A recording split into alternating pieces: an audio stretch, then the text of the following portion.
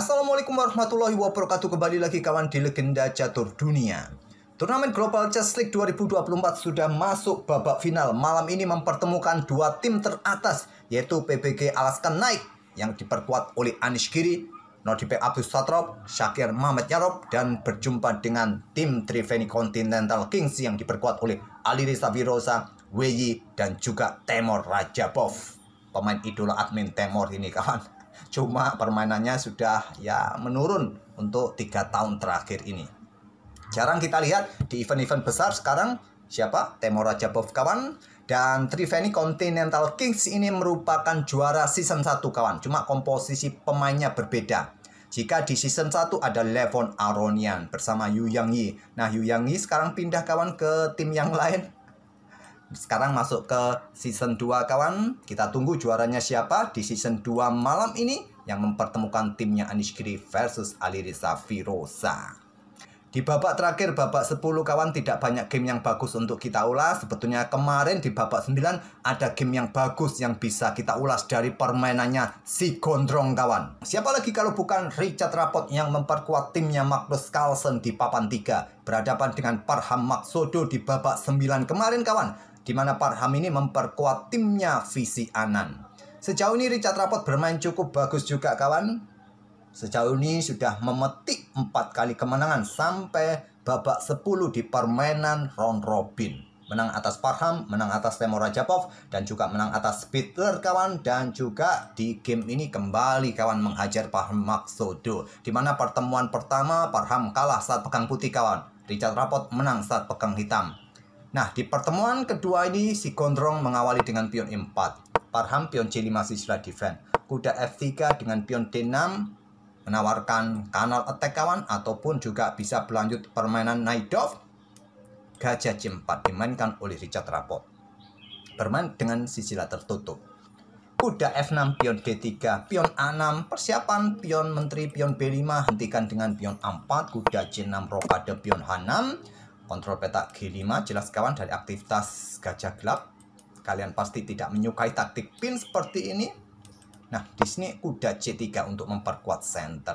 Ada gajah G4, pin kuda, tekan menteri di belakang juga diikuti pergerakan kuda nanti ke pusat untuk menekan kuda F3. Usir terlebih dahulu dengan pion H3, gajah mundur ke H5, tetap pressure kuda menteri kawan. Nah, di sini kuda D5 menantang pertukaran, ditolak dengan pion E6. Harapannya diterima kawan, sikat, ambil balik menggunakan pion tak ada masalah. Walaupun terlihat di sini kuda ini juga bisa merepotkan nanti di center, kalian simple blokade ancaman itu, tak ada masalah. Mungkin terlihat struktur rusak juga kalau jika dilanjutkan seperti ini ya. Kembali lagi ke permainan aslinya kawan, di sini tadi dengan pion E6. Karena gajah gelap ini juga ingin segera keluar agar bisa rokade secepat mungkin amankan raja. Kuda F4 ancam gajah terang kawan. Nah, di sini Parham langsung menukarkan gajah sikat kuda F3. Tidak mungkin lagi ditahan mundur kawan karena sikat oleh kuda dan pion center ini jatuh. Tentu putih dalam posisi yang bagus. Jadi langsung segera tukarkan gajah sikat kuda F3. Ambil balik oleh menteri pion H5 disusul dengan pion G5 mungkin kawan, tak perlu rokade lagi dan mulai menyerang di sisi raja. Oleh karena itu Rapport memilih mundur kuda ke E2, tidak memberikan tempo pion G5 kawan. Kuda E5 ancam menteri garbu gajah, menteri E3. Nah, di sini dorong pion G5, langkah bagus. Menawarkan pion agar lajur G ini terbuka kawan. Kalau kalian terima langsung, maka berikutnya diikuti dengan kuda F3. Korbankan kuda, kalian akan kehilangan menteri nantinya dengan benteng G8. Ditolak, memilih dengan langkah gajah mundur ke petak B3. Ada langkah yang lebih kuat lainnya, yaitu dengan pion F4. Sekalian, biar kita mempunyai lajur G terbuka kawan. Mungkin kuda ambil gajah C4 terlebih dahulu, atau pion pukul pion terlebih dahulu, ambil balik oleh kuda. Nah, kuda ambil gajah C4, ambil balik. Mungkin ada kuda D7, mempersiapkan jalan bagi menterinya keluar kawan, atau juga menuju pusat. Gajah dipertahankan saja mundur ke petak B3 untuk mengawasi diagonal ini, menekan pion E6 bersama petak F7. Dan Parham melanjutkan dengan langkah gajah H6. Parham tidak mampu memanfaatkan strip dari Richard Rapot si gondrong ini. Apa langkah terbaiknya? Dorong terus kawan untuk segera membuka permainan, memperlemah lajur G dan pion H3. Kalaupun pion ini didorong, langkah terbaiknya di sini pion F4 kawan. Nanti end pasen di sini, nah ambil balik oleh pion G. Nah, kalian punya lajur untuk menyerang kawan. Kalau ditolak tantangan ini dorong pion maju, maka di sini bisa berlanjut dengan langkah kuda mundur ke D7, kuda F ke D7, buka akses menteri menyerang pion H4 yang sulit kalian backup lagi. Kalau kalian backup dengan pion G3, maka ada gajah H6 bisa jadi, ataupun skak juga dengan langkah kuda F3, posisi putih akan cepat kolaps. Kalau ada menteri yang ke petak G3 pertahankan pion ini kawan, maka ada gajah E7, sulit kalian backup lagi. Tapi dengan gajah H6 di sini Parham bermain, memberikan kesempatan pion F4 si gondrong serang kuda, pion pukul pion, sikat oleh kuda di sini. Selepas pion H4, menteri mundur ke F2 untuk menghindari pin kawan dan persiapan menekan kuda F6. Kuda FD7. Nah, di sini si gondrong ini kawan membuat gebrakan dengan langkah korban gajah ambil pion E6. Seringkali kita dapat si gondrong ini membuat kombinasi-kombinasi pengorbanan yang bagus kawan. Sering sekali. Tapi jarang juga kita lihat gondrong ini bermain online ya. Kita tidak pernah melihat gondrong ini bermain di Title Tuesday kawan. Tapi kombinya cukup ciamik dalam permainan-permainan yang sangat kompleks.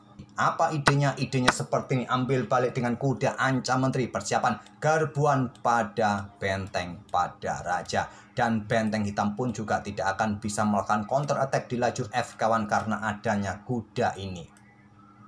Menteri ke C8, petak B8 merupakan opsi terkuatnya. Parham memilih menteri B6 untuk mengincar petak B2 ataupun juga persiapan tantangan pertukaran menteri nanti ke depan.